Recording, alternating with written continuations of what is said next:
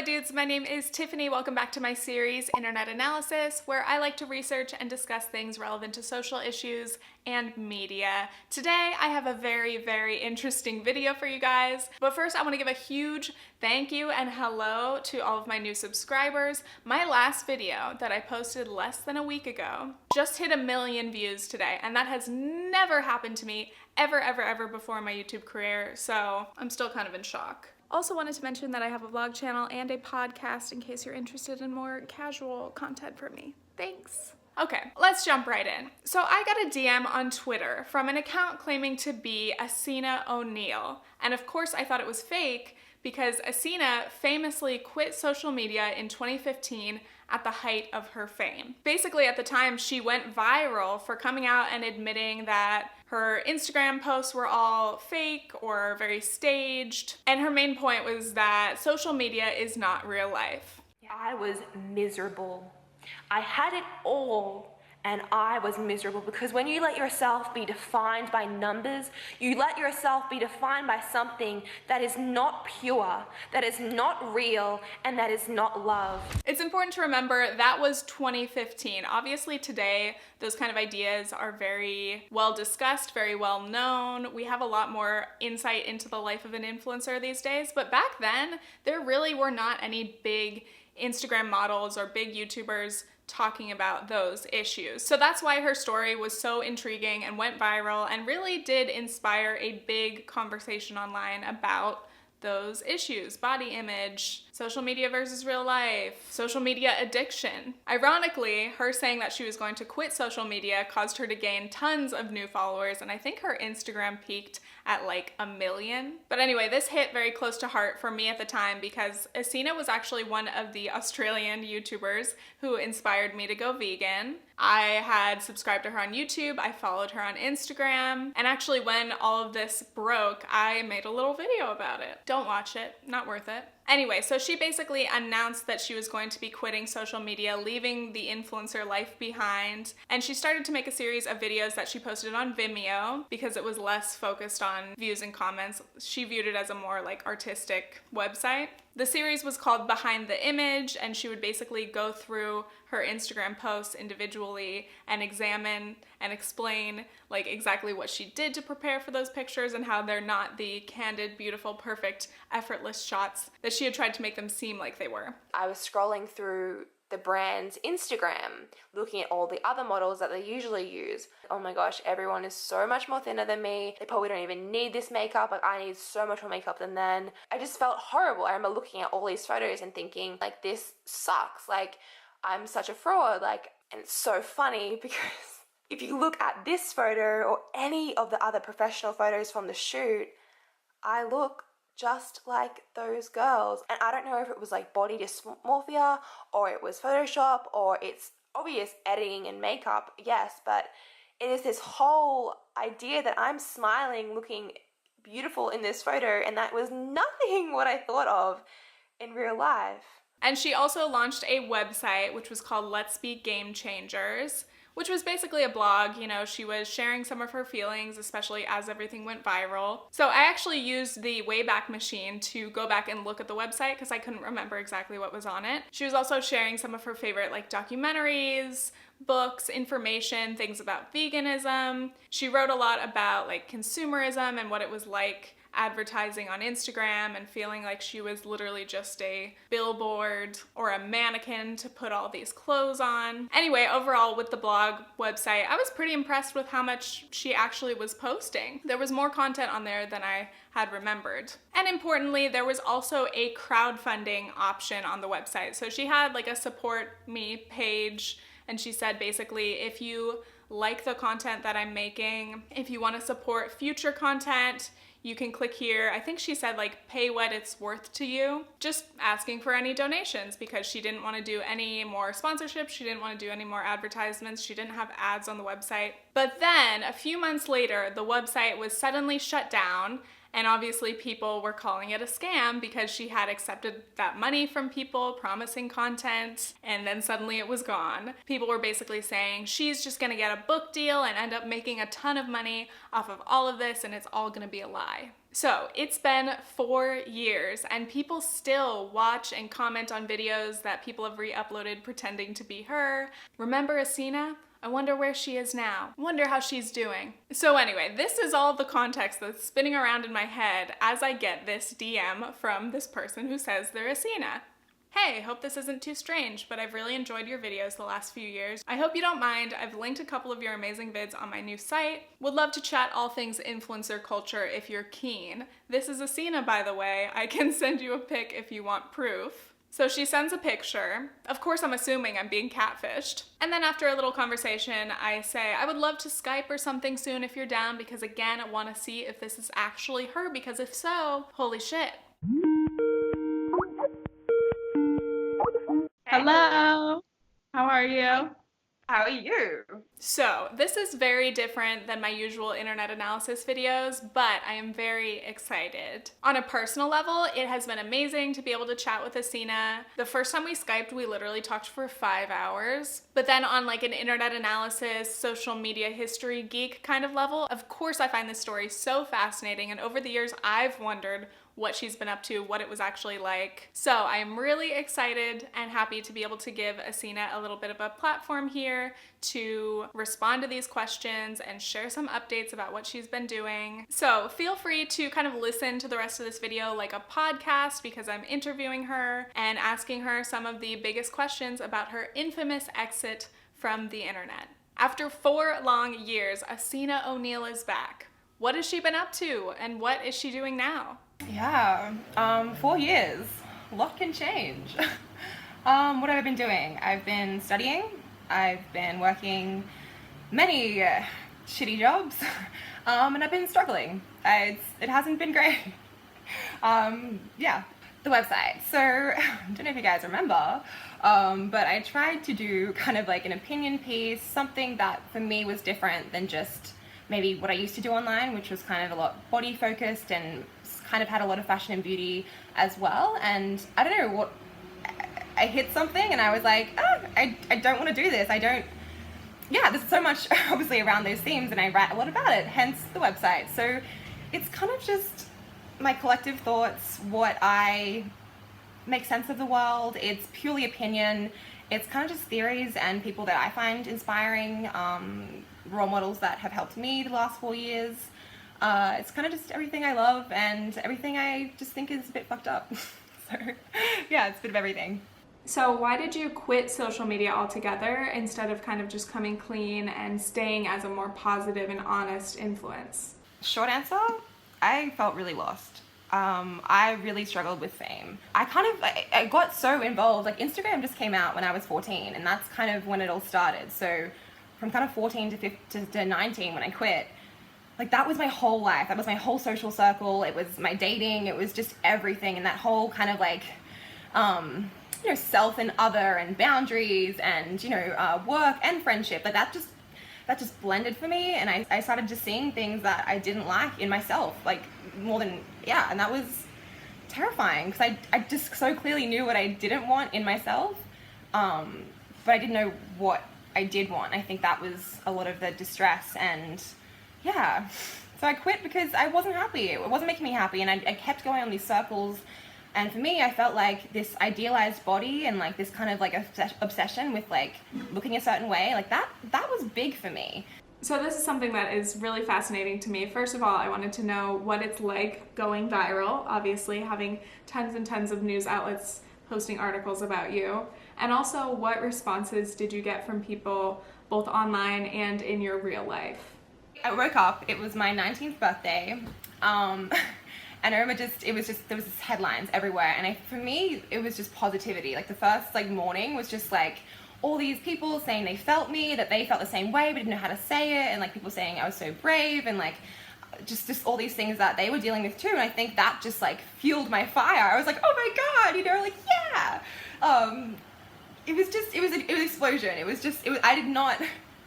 I did not think anyone would see those captions or that video that didn't just follow me. Like I felt like maybe the vegan community, I don't know, it was such a bubble. Like I was in such a bubble online. I think that was part of why I somehow wanted to get out of it, which looking back I'm happy I did. But yeah, all the criticism, that time I was deeply critical of myself. So at that time, I was like ready to just hate myself more. So when someone was just like, who are you to ask for money? Who are you to just write a book? And I was like, fuck, yeah, you're right. Who am I? I've just been like strolling around LA like an absolute idiot. Like, what do I know? What have I done? Like, I really just like took all of it to heart.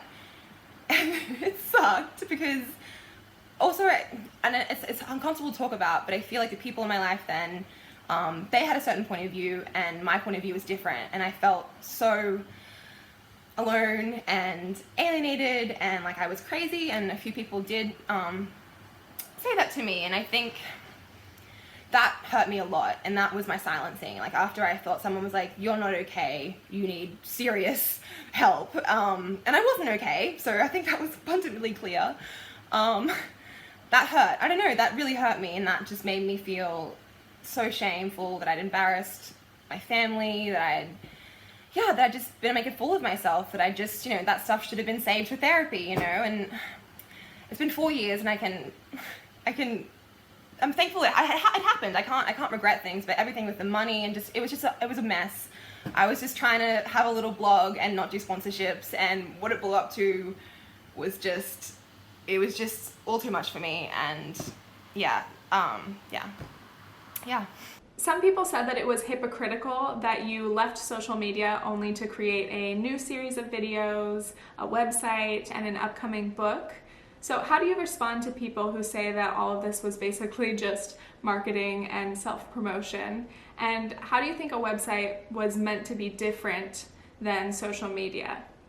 Yeah, so that question definitely got me, because I was like, yeah, I agree. I guess it is just my rants, but in my little world, I was probably looking back at what I loved most about social media, and at that time I was reflecting on Tumblr and my long captions, so I'm hoping that, yeah, people who liked those will like the website. And I think that was my hope then, was like, if I have a website, I'm not looking at other people's photos, I'm not putting pictures of my body up anymore, it's in my world it was very different, but to everyone else I can get that now. And I think, yeah, in terms of the marketing scheme, yeah, just like do a rant about like your deepest feelings, and then, yeah, no, I would never recommend to have an emotional outburst online. If you can avoid it, I'd avoid it. That's my advice. Same with a scam. That actually fucked me up a little bit, because I was already feeling so disillusioned with like what I did in LA, and just for me it was the sponsorships. It was just like this kind of like endless cycle of consumption. I thought that wasn't my value, but I could see how my lifestyle was kind of endless consumption, and I was a broke ass bitch. Like, you think I looked rich? Like, I was like, they're all free clothes. Like, all my jewelry was given to me. Like, back then, like, so many times I was just on zero when I was traveling, and I was just praying to fucking God that the sponsorship would come in and I'd have $300 for like food the next few days. Like, that sounds so dramatic, but it's true. I really struggled with money. I really struggled with that. Because to me, it was veganism, it was like, positivity, it was just all the good things. And so when it came to selling something, I personally it just fucked with me. It was my problem, obviously. But I also feel like it's kind of universal. So that's kind of been the theme of a lot of my writing. I think money and how we relate to our passion and career, I think it's a thought for all of us. So yeah, a lot of my research and study has been guided by what happened. So yeah, I'm not going to sit here and be like, oh, like that was the worst thing ever. It was, but it also was the best thing. So that's overwhelming and weird. So the money question is a big issue. Obviously, you accepted donations, which were supposed to go to your future content creation, and then obviously you closed down the website and didn't go through with all of that. So some people say that you basically stole money from people, you're a scammer. So can you explain what happened with the money that people donated? Right? I find it so funny, right? There's this like 18-year-old girl crying about body image, crying about that like it's shitty that I like was selling all these like hot clothes off my hot body, and maybe that cycle isn't good for young people. That's kind of what I felt I was feeling back then.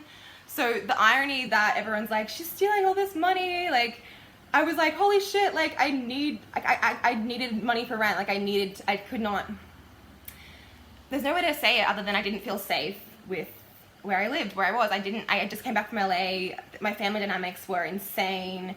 It was a very alienating, intense time for me in my personal life. So it really got to me because I felt more embarrassed and naive, like what gave me the right, you know?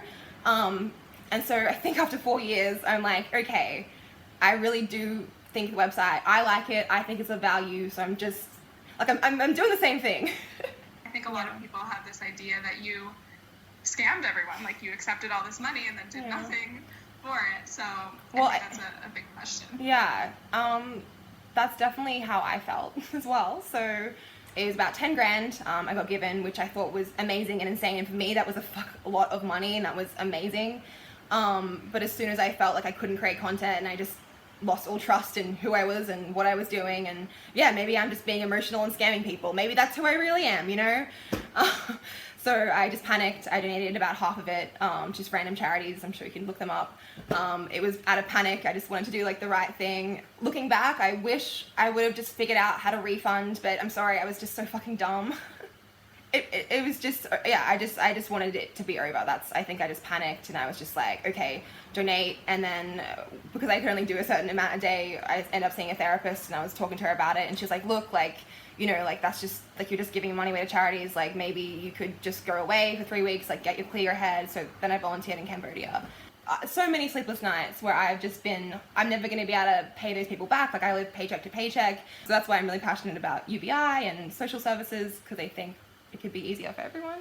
But yeah, in terms of the money, if you don't believe me, if you think I stole from you, if you're just like, this bitch, I don't want that. I hate feeling like someone thinks that way. And because it was only a small amount, I'm sure I can do payment plans, but I'd rather you like message me and I can explain myself hopefully better. And the fact that people thought I can like stole from them or scammed them, like, I want to thank the people who trusted me, who are insanely beautiful to even donate. I don't know, hopefully they knew my intentions and saw the storm. I'm hoping that, but at the same time, I understand how crazy it was, and I feel like I'm a lot more grounded now. I'm like, I know what I like, I know what I believe in, I feel, yeah. I always end like this. So this is another big question. What happened to the book that you said that you wanted to write at that time? Did you actually have like a legitimate book deal? No, I had 1,000,001 people saying they'd do anything for me and I could make any amount of money. When I went viral, all I care about is like the name and the face, and I talked to several people on Skype. I was definitely interviewing people because English was my favorite subject at school. Creative writing was something that other adults told me about. Yeah, it was a personal passion. So I think when I quit, I was just like, yeah, like, I write, I don't want to be a blogger, I want to have a real career, like, you know.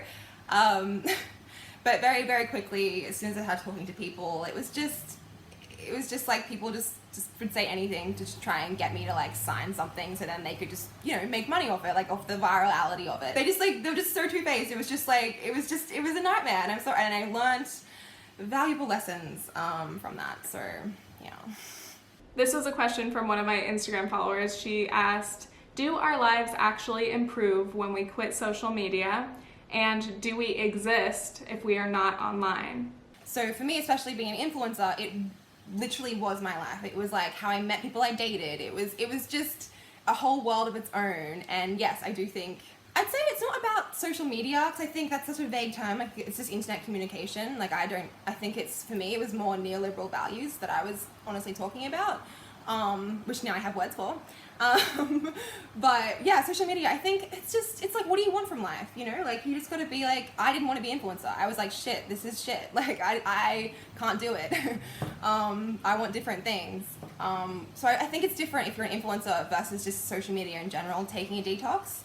I'd say as influencer advice, just when you don't want to post, don't post. And like, obviously money, and that's the whole thing.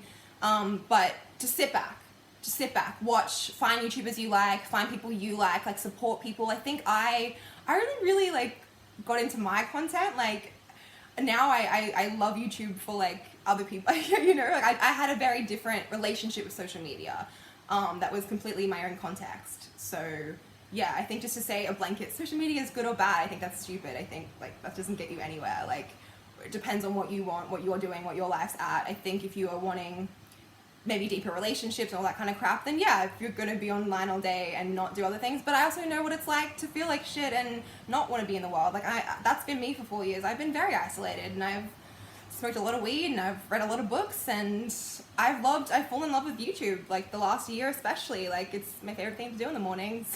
Can you tell that story that you said about people like literally saying, I thought you fell off the face of the earth? So many people that I went to school with and stuff obviously thought it was a whole big embarrassing joke. Fair enough. So a few times there's been like 21st and stuff, and people have like tried to invite me, or like my boyfriend, for example. Literally, like, this one girl I was friends with her in school. She was like, Essena, like, that girl still exists? What the fuck? So yeah, it's people have their own worldview, and social media is just a small part of that.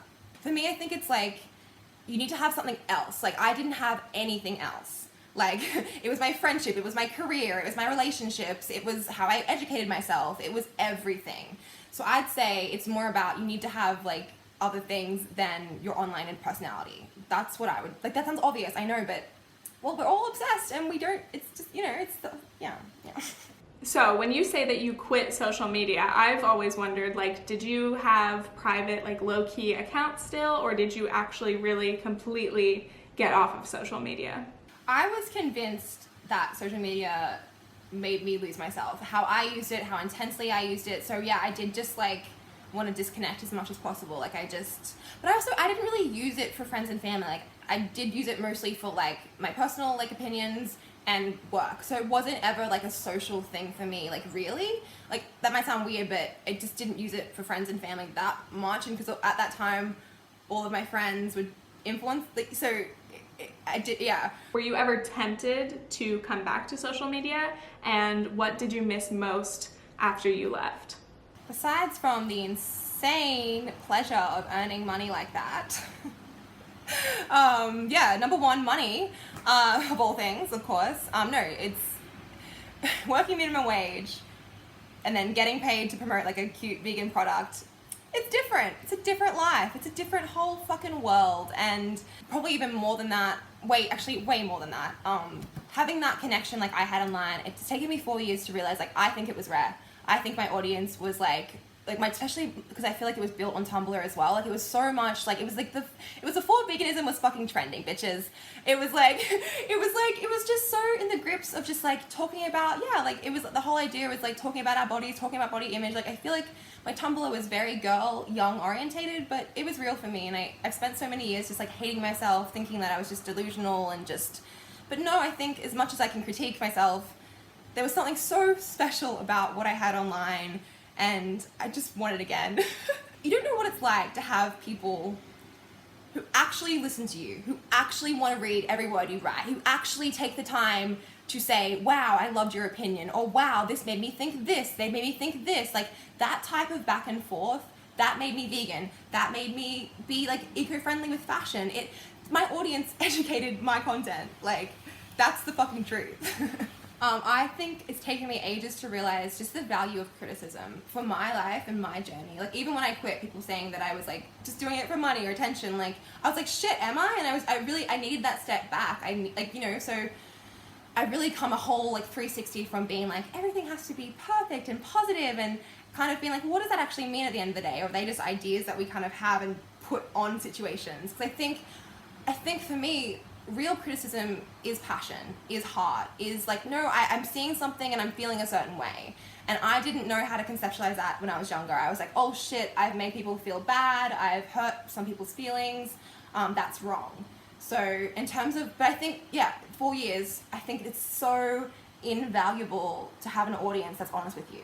Like, I had the most honest audience. Like, Tumblr questions are anonymous, and I can't wait for it again, because there was nothing like that type of self-reflection, I'll tell you.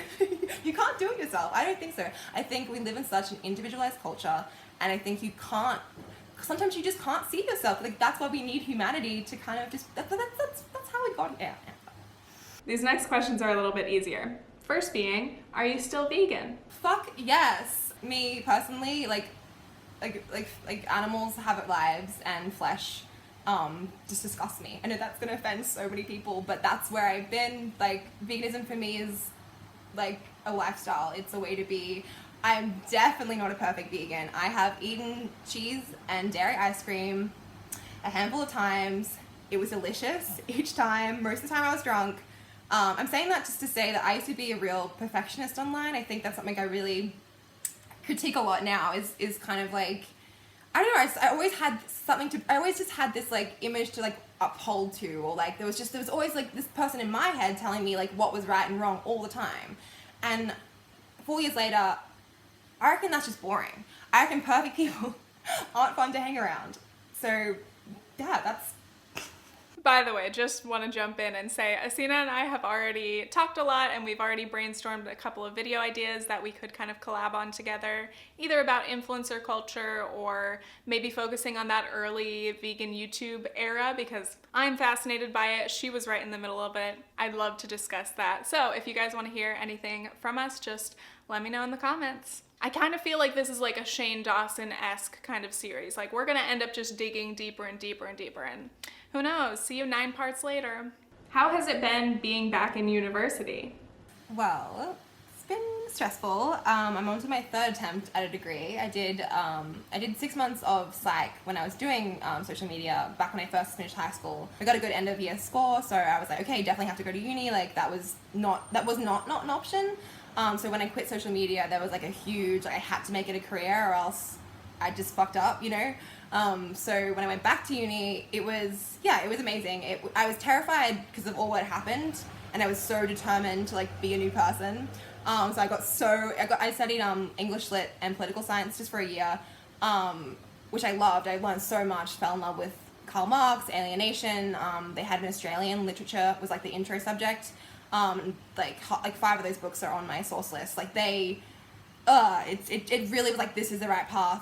And then shit went down. I'm not gonna go into it. And I wasn't happy with, I was like, I don't know if I want to finish studying. I love what I'm doing, but I kind of found like my own reading research was kind of taking me, I don't know. It was just one of those things where it was like, okay, I could finish this degree, but somehow it just didn't make sense. And then money and work and family, it was just a whole thing.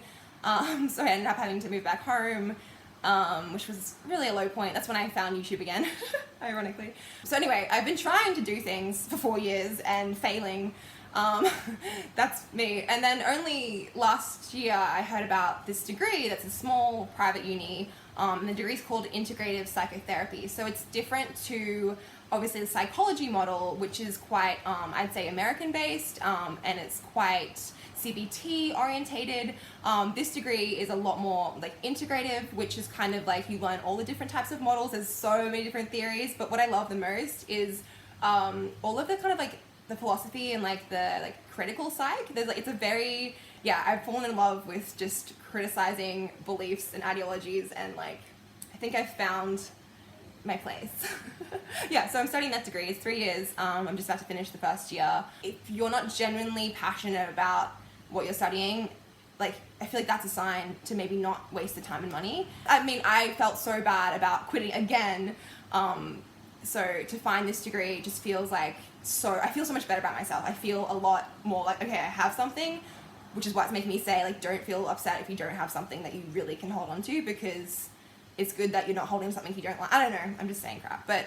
Can you explain like the concept behind AuthorityWithin? Like, what inspired you to make another website, and do you think that it's similar to Let's Be Game Changers? Yes. I cringe whenever I hear like the cliche of Let's Be Game, or just Game Changers. Like, I see that constantly, and it's the worst. The website's just my opinion. So if you followed me online before, hopefully it's familiar but different and new ideas, because it's what I'm studying and it's basically just my opinions.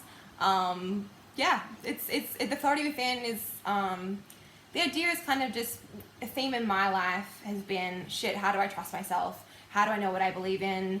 That's been really stressful. So AuthorityWithin is kind of just like to remind yourself that like it's good, like you need to have authority within, like, you know, when you're in these big decisions and stuff. I think, I don't know, there's a lot behind it. I feel like I probably want to explain it more on the podcast, but It's kind of just, I like the word authority, and I think we're ruled by a lot of authority in our world. So I think that's kind of the theme of the website, is like education and then opinions, kind of on power and authority and kind of assumptions that we all have in our culture, and just kind of playing with those. So yeah. So obviously you're putting yourself back out there, as in online and in social media. How do you feel about social media now, and do you think that you will be portraying yourself differently? I'm a very different person. It all looks a lot different to me than when I quit, so that's good. Yeah, I'm really excited. It's weird. I feel like before I messaged Tiffany, I was just freaking the fuck out. I was like, this is gonna be cringy and weird, and like, guys, it's just, like, I was just really like, oh, how are people gonna find it? It was just a lot, and also just nervous because of all the drama and rumors and like, yeah, it was just a lot. Like, I think that's, but yeah, I feel just excited because I realized that like I have, like, it's not like I'm just going back as like Essena. Like it's like all these ideas that I like, it's all these videos I like. I feel like it's the difference is which is kind of a big theme for me, is like getting away from like this individualistic kind of mindset, which is what our culture I think breeds, and kind of this collective mindset of like we're all, you know, together. I know that sounds cliche, but I feel like when you connect with writers, when you connect with other people's opinions and like really value them, like that can make you feel better about yourself. I think this whole idea you just have to like dig deep. I don't know, like what are you digging for? Like, you know, like there's this, I don't know, this is all critical psych kind of stuff, but there's this whole flip of like, I am who I love, I am what I love, and I am the other people that I didn't have role models back then. I didn't have authors that I felt touched me. You know what I mean? I didn't have things that I felt were good for my heart, and now I feel like this is so cliche, holy shit. So you did mention your podcast. Can you tell us any other like future plans or ideas and things that are coming soon? Well, I think we should always take everything I say with a grain of salt. So the website feels like a good base. It feels like I could just, whenever I'm, you know, find a good source I like or like a video or something, I'll just pop it on there. It's kind of like a good library of things that I like. My partner likes. My boyfriend Isaac is 100% like helping me through all of this. Like, yeah, our relationship that's kind of the theme of the podcast. Podcast is going to be just questions and answers and kind of whatever's like going on in like the mainstream. Probably a lot of just questions from Patreon and Tumblr, just like a very personal way of talking about what we want to talk about. Yeah, the podcast, website, and maybe in the future I might consider YouTube again as like a one-on-one me thing, but not ready for that. No time soon. So. And our last question for today is just any of your favorite content creators currently? Yeah, so I'd say the last year especially, like YouTube's like the kind of the first thing I do in the morning, and like whenever I'm just bored during a TV show, I'll just like refresh YouTube. Like I love YouTube mostly for, and now I think who I follow is kind of the opposite to who I used to be online, so it's quite funny. My favorites right now would be Manny Peters, Angie Speaks, Cuck Philosophy. I love him. I've been loving I'm Alex's videos lately. I think he's hilarious, and what he talks about, I think he has a lot of heart. Who else do I like? I don't know, I have a whole list on the website under sources to like videos and people that I like. But yeah, they're kind of the most recent people I've been probably watching like all their videos. So yeah, check them out, definitely. Oh, and obviously Tiffany, but she's like half my site, so. Okay, is there anything else you want to add to the end of this video? I'm terrified of the internet, but I think I'm a lot more sure of like who I like, who I trust, and I think that makes your personality more than just like other things. I don't know, that sounds really bad way of explaining it, but I think before I was like, just because of wherever the fuck I was at, very hyper focused on myself, my body, how I looked, like they were kind of the themes of a lot of my content, and my life's like so much better that that's not the focus. Like it's just so different. I know that's like, how do you not make it the focus? Well, stop following accounts that promote that shit. I don't know. That's the easiest way that it works for me. Like now when I see a sexual image, I don't feel insecure. I'm like, that's just selling me something. Like, or I don't know, that's really judgmental, but I'm sorry, but I've struggled with a lot of body image, and every girl I've ever known does as well. And it's just, yeah, it's obviously controversial opinion to have, but I think if you're feeling shitty about your body and you're looking at perfect pictures every day, there's a cycle there. All right, that is the end of my interview with Essena. I hope you guys enjoyed it. I hope that any old Essena fans are really satisfied to finally hear these answers. And if you're somebody who is just now discovering Essena, maybe you're interested in keeping up with her new content. But yes, of course, you can look in the description to find all of her social media, her new accounts, and her website. Thank you, Essena, for doing this video with me. It's been so awesome to get to know you. And yeah, stay tuned for our future videos because we're definitely gonna end up collabing on something else. Thank you guys so much for watching. You can follow me on Instagram for some mediocre pics. You can follow me on Twitter for some political tweets and occasional memes. And yeah, stay tuned for my next video. Okay, thanks, bye. No, I think it's good. Okay. It's funny. I feel like a like stage mom, like smiling at your answers. Oh. Keep going. It's great. I love you. Absolutely. This is like